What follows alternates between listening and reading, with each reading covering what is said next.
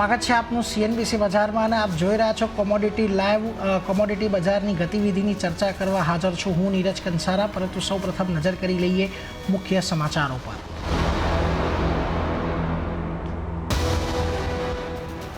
સોના ચાંદીની ચમક ઘટી. કોમેક્સ પર સોનું $2300 નીચે આવ્યું. ચાંદીમાં પણ 6 સપ્તાહના નીચલા સ્તરની પાસે કારોબાર. ડોલર ઇન્ડેક્સ અને ટ્રેઝરી yieldમાં ઉછાળાથી બન્યું દબાણ. ક્રૂડમાં પણ રેન્જ બાઉન્ડ કામકાજ. 3 દિવસની સારી તેજી બાદ બ્રેન્ટના ભાવ ઉપલા સ્તરેથી થોડા ઘટ્યા પણ $85 પાસે કામકાજ યથાવત. યુએસમાં ઇન્વેન્ટરી વધતા કિંમતોમાં વોલેટાલિટી.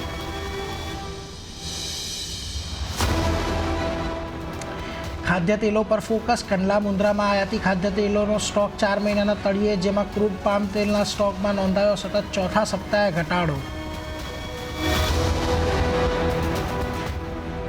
અને મોંઘવારી વિરુદ્ધ સરકારનું એક્શન. મકાઈ અને ક્રૂડ સનફ્લાવર ઓઇલના ઇમ્પોર્ટને મળી મંજૂરી. ટેરિફ રેટ કોઠા હેઠળ ઇમ્પોર્ટને મંજૂરી. હવે ઇમ્પોર્ટ્સ ઓછા અથવા કોઈ ડ્યુટી આપ્યા વગર કરી શકાશે ઇમ્પોર્ટ.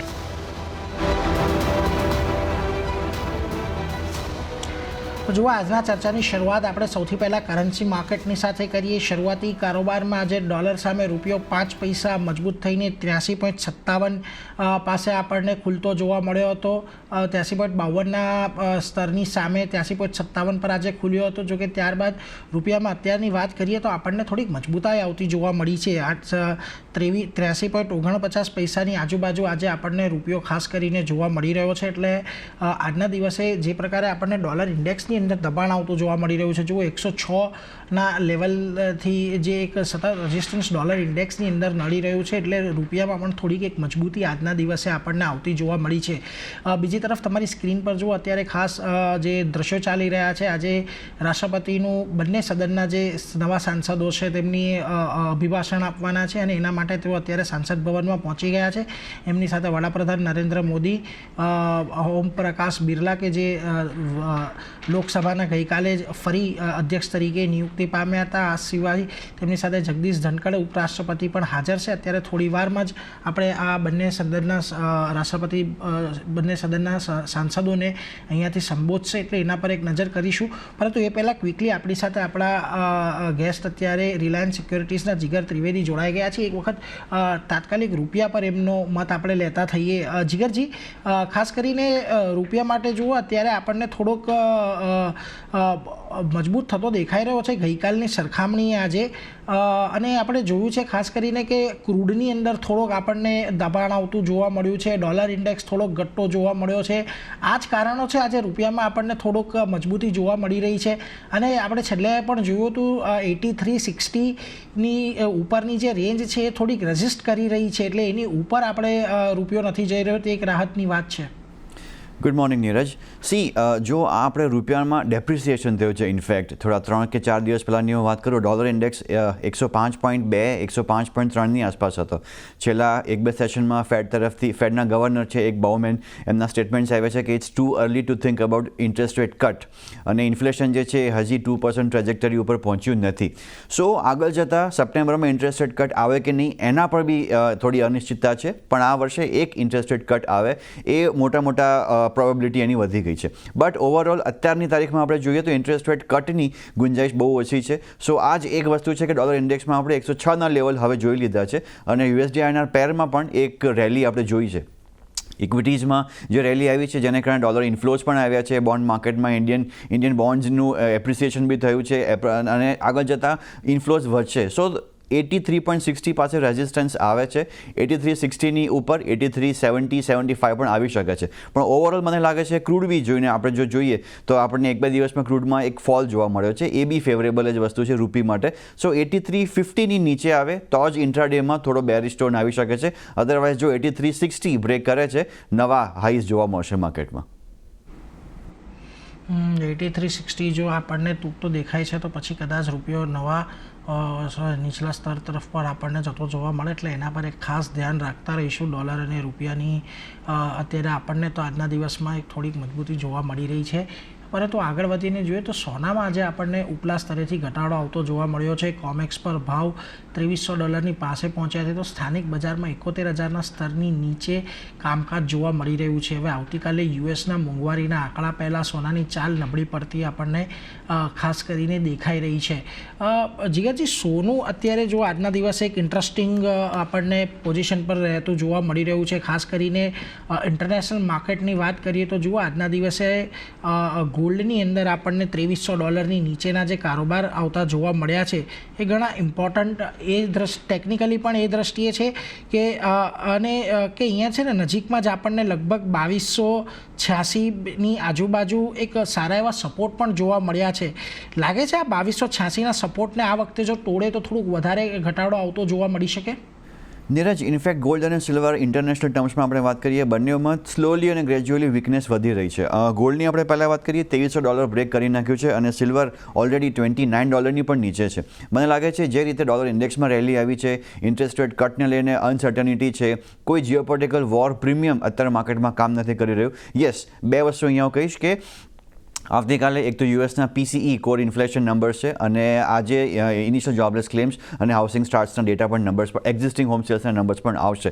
સો આ ડેટા શોર્ટ ટર્મમાં કદાચ ડોલરને કે પછી ગોલ્ડને ઇમ્પેક્ટ કરી શકે, પણ આ વીકેન્ડ અને નેક્સ્ટ વીકેન્ડ અને નેક્સ્ટ થર્સડે યુરોપમાં થોડું પોલિટિકલ ઇન્સ્ટેબિલિટી હોઈ શકે, કારણ કે ફ્રાન્સમાં આ સન્ડે અને આવતા સન્ડે પોલ થવાના ઇલેક્શન થવાનું છે ફ્રાન્સમાં, અને 4 જુલાઈ મિડ ઓફ ધ વીક એમાં યુકેમાં ઇલેક્શન્સ થવાના છે. સો પોસિબલ છે કે मार्केट में थोड़ी अनसर्टनिटी वधी सके छे. आने लीधे मतदाताओं ने उत्साह और उमंग के साथ अपना कर्तव्य निभाया है.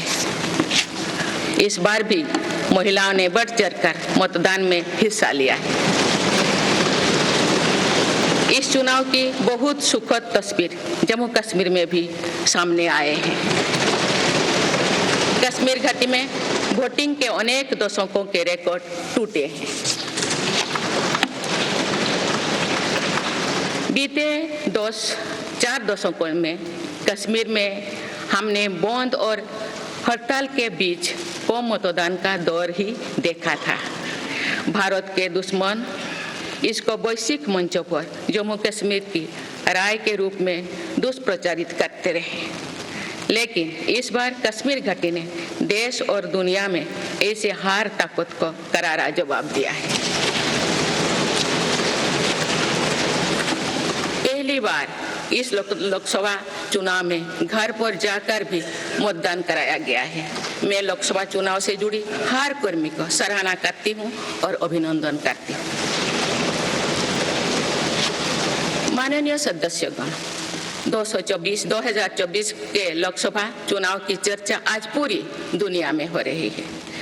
दुनिया देख रही है कि भारत के लोगों में लगातार तीसरी बार स्थिर और स्पष्ट बहुमत की सरकार बनाई है.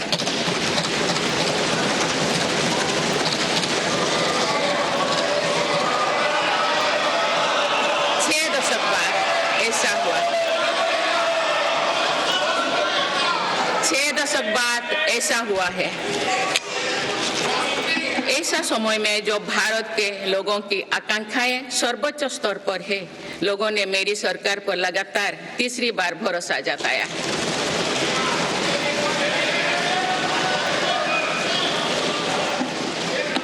भारत के लोगों को ये पूर्ण विश्वास है कि उनकी आकांक्षाएं सिर्फ मेरी सरकार ही पूरा कर सकती है.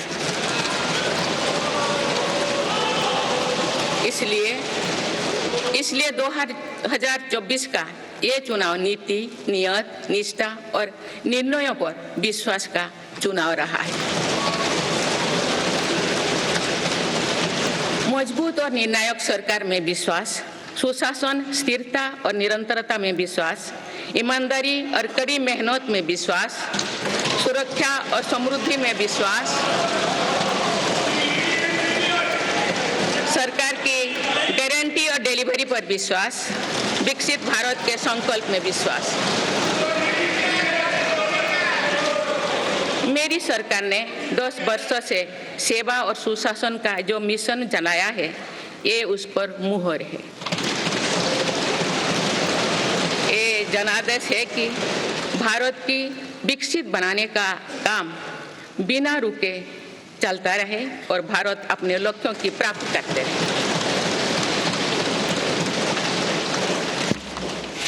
माननीय सदस्यगण, 18वीं लोकसभा कई मायनों में एक ऐतिहासिक लोकसभा है।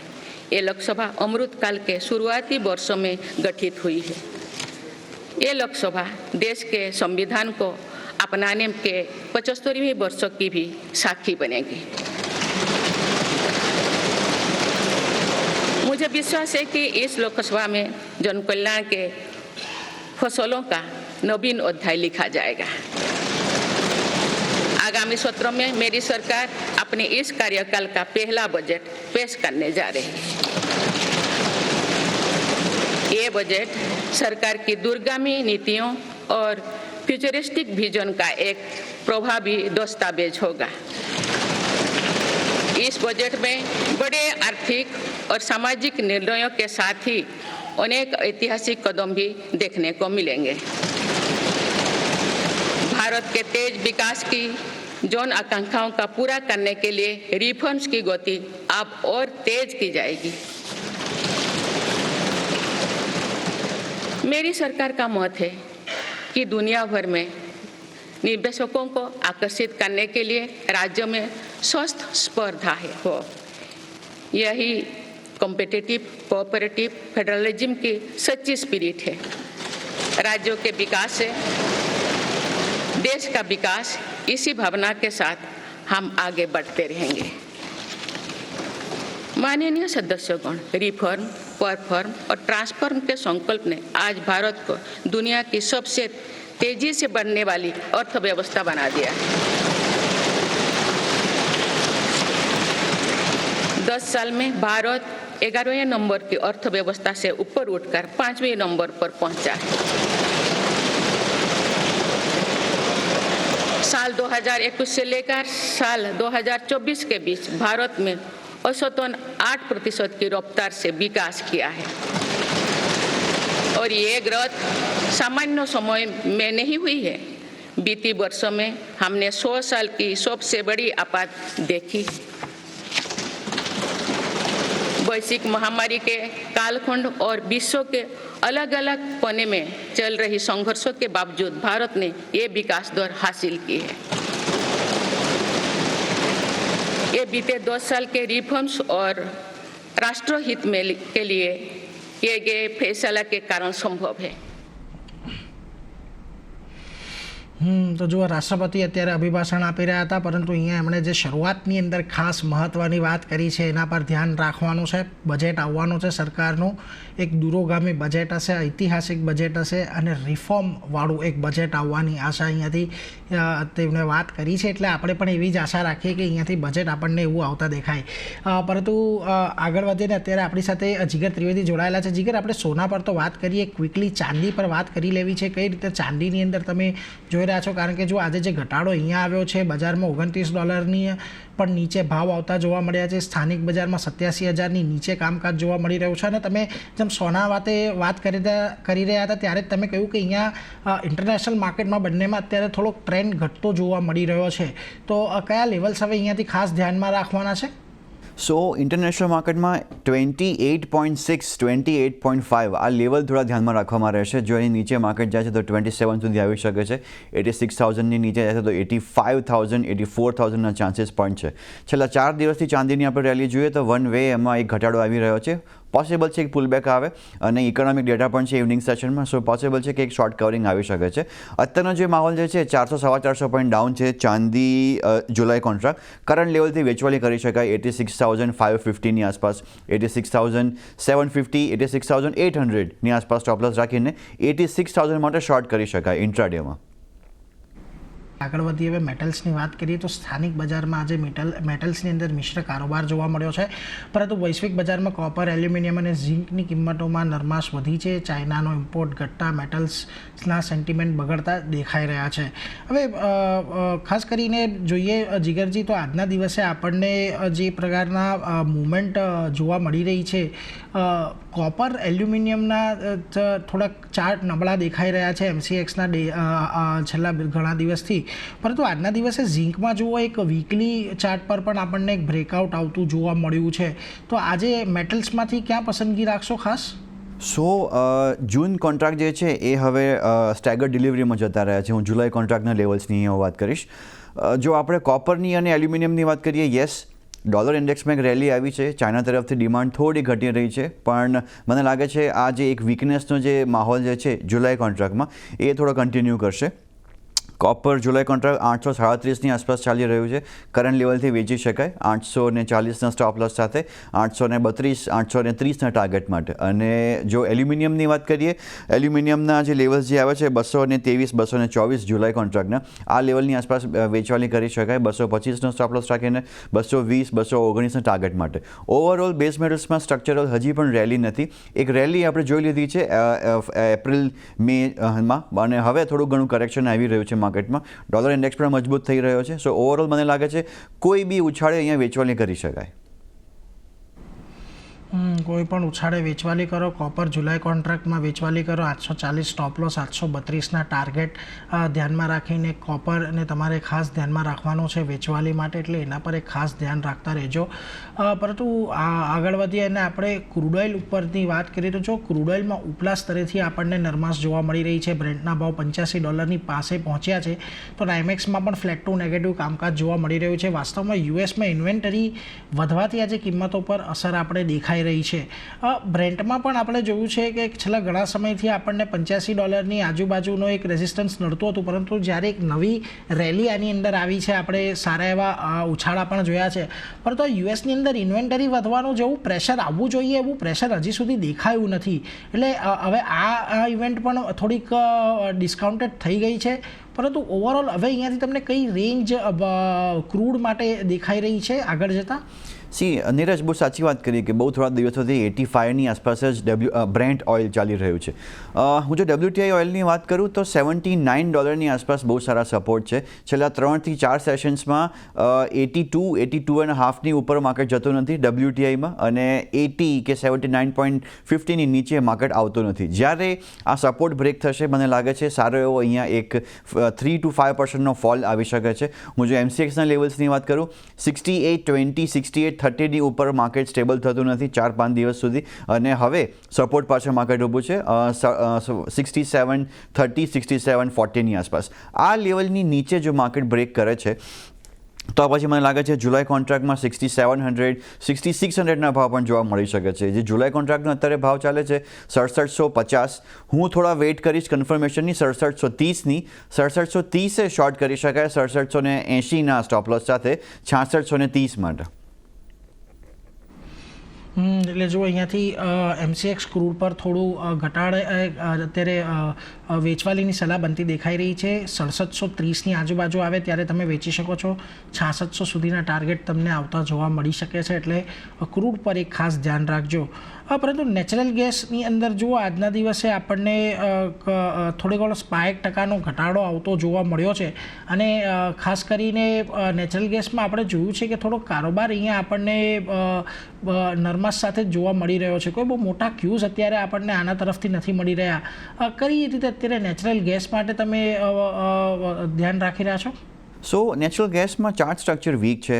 જુલાઈ કોન્ટ્રાક્ટ 230ની જે આસપાસ છે અત્યારે. જો નીચે બ્રેક કરે છે, નવા લોઝ બનાવે છે, 220 સુધીના પણ લેવલ જોવા મળી શકે છે. સો એના જ એ જ આપણે રીતે જો આપણે ટ્રેડ લેવો હોય તો કરંટ લેવલે શોર્ટ કરીને 220ના ટાર્ગેટ માટે અહીંયા ટાર્ગેટ રાખી શકાય, અને 235ના સ્ટોપ લોસ સાથે. 220ના ટાર્ગેટ અને 235ના સ્ટોપ લોસ સાથે વેચવાલી તમે કરી શકો છો. થોડાક વીક ચાર્ટ છે, એટલે હજી અહીંયાથી નરમાશ આવવાની શક્યતા બનતી દેખાઈ રહી છે.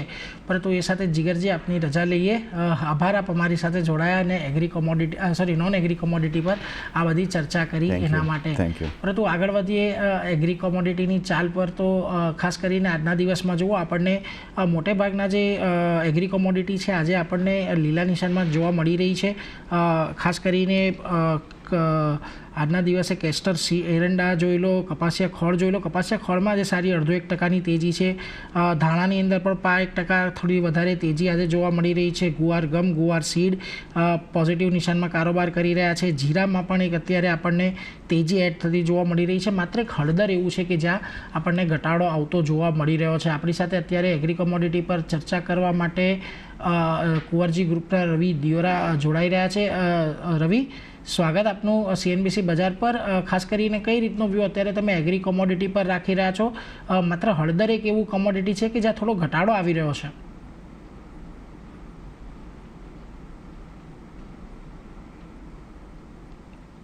જે એમની સાથે ફરી એક વખત આજે કનેક્ટ કરવાનો પ્રયાસ કરીએ આપણે. ખાસ કરીને જો આજના દિવસે આપણને જે પ્રકારના સમાચાર અન્ય બનતા દેખાઈ રહ્યા છે એ જે કે મોંઘવારી વિરુદ્ધ સરકાર હવે અહીંયાથી થોડીક આપણને એક્શનમાં આવતી જોવા મળી છે. જે પ્રકારે તેમણે મકાઈ અને ક્રૂડ સનફ્લાવર ઓઇલના ઇમ્પોર્ટને અહીંયાથી મંજૂરી આપી છે અને રિફાઇન્ડ રાઈના તેલના જે ભાવ એ છે અને મિલ્ક પાવડર છે એના ઇમ્પોર્ટને પણ અહીંયાથી મંજૂરી આપતી જોવા મળી છે. ટેરિફ રેટ કોટા હેઠળ આ મંજૂરી આપણને મળતી દેખાઈ રહી છે.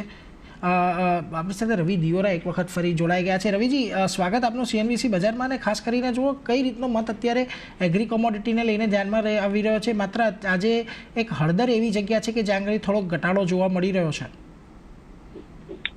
ઝડપે હળદરમાં જે ઘટાડો જોવા મળે છે મોન્સૂનનું જે અરાઇવલ છે, કારણ કે આ કોમોડિટી એવું છે કે એક વર્ષમાં જે એનો રનઅપ છે એ ઓલમોસ્ટ 70-80% નો રનઅપ આવી ચુક્યો છે અને ફાર્મર્સને અત્યારે પહેલી પસંદ એ છે કારણ કે મોન્સૂનનું ટાઈમલી જ્યાં સોઈંગ થાય છે ત્યાં અરાઇવલ છે. એના હિસાબે આજે ત્યાં એક વીકનેસ છે. હાલાકી એવું લાગી રહ્યું છે કે સ્પાઇસીસ પેક થોડું થીમમાં રહેશે. પર્ટિક્યુલર ધનિયામાં થોડું ફોકસ કરવું જોઈએ. 7,350 આસપાસ જુલાઈ કોન્ટ્રાક્ટમાં ખરીદી થઈ શકે. સ્ટોપ લોસ 7,300 નો મેન્ટેન કરવાનો રહેશે. ઉપરની બાજુ 7,510 સુધીનો ટાર્ગેટ તમને ધનિયામાં જોવા મળી શકે છે. તો આઈ થિંક કે બેટર ઓપોર્ચ્યુનિટી મને અત્યારે ધનિયા દેખાઈ રહી છે. અરાઇવલનું પ્રેશર ઓછું થયું છે, એનો પણ બેનિફિટ મળી શકે છે. ધાણામાં થોડું આવક ઓછી થઈ છે એટલે અહીંયાથી એક તેજી કરો. 7350ની આજુબાજુ તેજી કરી શકો છો જુલાઈ કોન્ટ્રાક્ટમાં. 7300ના સ્ટોપ લોસ અને 7500ના ટાર્ગેટ માટે એક ખાસ ખરીદી કરી શકો છો. પરંતુ એક તમારી પાસેથી ખાસ મત અહીંયાથી કેસ્ટર સીડ પર પણ લેવો છે, કારણ કે જુઓ કેસ્ટરની અંદર આપણને એક ફંડામેન્ટલ ન્યૂઝ અહીંયાથી એ પણ આવતા જોવા મળ્યા હતા કે હવે અહીંયાથી કેસ્ટર ઓઇલની એક્સપોર્ટ કરવામાં આવી શકે છે ચાઇના જેવા દેશોની અંદર અને આ વખતે થોડી મંજૂરી પણ મળતી દેખાય છે. તો આવી સિચ્યુએશનમાં કેસ્ટરની ડિમાન્ડમાં કોઈક વધારો દેખાઈ રહ્યો છે અત્યારે? ઝડપથી કેસ્ટર ઓઇલ છે એ ચાઇના આપણું સૌથી મોટું બાયર છે. આપણા ટોટલ જે એક્સપોર્ટ છે એના 70% આપણે એક્સપોર્ટ ચાઇનામાં કરીએ છીએ. તો ચાઇના એક પ્રિફર્ડ અને એક સૌથી મોટું ડેસ્ટિનેશન છે. હાલાકી ચાઇના સ્ટ્રગલ કરી રહ્યું છે એના ઇકોનોમિક ગ્રોથ માટે. તો એના હિસાબે કારણ કે એક ઇન્ડસ્ટ્રીયલ એગ્રીકલ્ચર કોમોડિટી છે તો એના ગ્રોથ સાથેના વધારે પડતા ફંડામેન્ટલ મેચ હોય છે. સેકન્ડ ફેક્ટર એ પણ છે કે જે મોન્સૂન જો ઇન કેસ અરાઇવલ હવે જે રીતે સ્ટાર્ટ થઈ છે જો આ કન્ટિન્યુ થશે તો આઈ થિંક કેસ્ટર સીડમાં પોઝિટિવિટી એ છે કે એનું સોઈંગ છે બહુ ઓછું થશે, જેનો ફાયદો છે કેસ્ટરના પ્રાઇસ પર મળી શકે. કેસ્ટર ઓઇલ છે 1160 આસપાસના પ્રાઇસે સસ્ટેન થયું છે. ત્યાં 1200 સુધીના જો પ્રાઇસ મળશે તો શોર્ટ ટર્મ માટે એક સૌથી બેટર ઓપોર્ચ્યુનિટી છે. તો મારા હિસાબે ઇન્ટ્રાડે નહીં, કારણ કે હમણે ઇન્ટ્રાડેમાં મોમેન્ટ આ કોમોડિટીમાં બહુ ઓછો હોય છે. તો થોડું શોર્ટ ટર્મ માટે ખરીદીની સલાહ રહેશે. હાલના લેવલે ખરીદી કરી લો. સ્ટોપ લોસ 5650 રાખો અને 5,970 સુધીનો ટાર્ગેટ ત્યાં શોર્ટ ટર્મમાં આવી શકે છે. એટલે જો થોડાક શોર્ટ ટર્મ માટેનો વ્યૂ કરો, ઇન્ટ્રાડે માટે નહીં, 5,970 સુધીના ટાર્ગેટ તમને આ કોમોડિટીમાં આવતા જોવા મળી શકે છે કેસ્ટર સીડમાં, એટલે એના પર ધ્યાન રાખજો. આભાર રવિજી, આપ અમારી સાથે જોડાયા અને એગ્રી કોમોડિટી પર આ ડિટેલ શેર કરી એના માટે. તો હાલ અત્યારે કોમોડિટી લાઈવમાં બસ આટલું જ, પરંતુ અત્યારે તમારી સાથે આરતી જોડાશે બજાર હેલ્પલાઇન લઈને કે જ્યાં આગળ તમે તમારા સવાલ પૂછી શકો છો શેર અંગેના પણ અને રોકાણ અંગેના પણ. તો હાલ મને આપજો રજા. જોતા રહો CNBC બજાર. નમસ્કાર.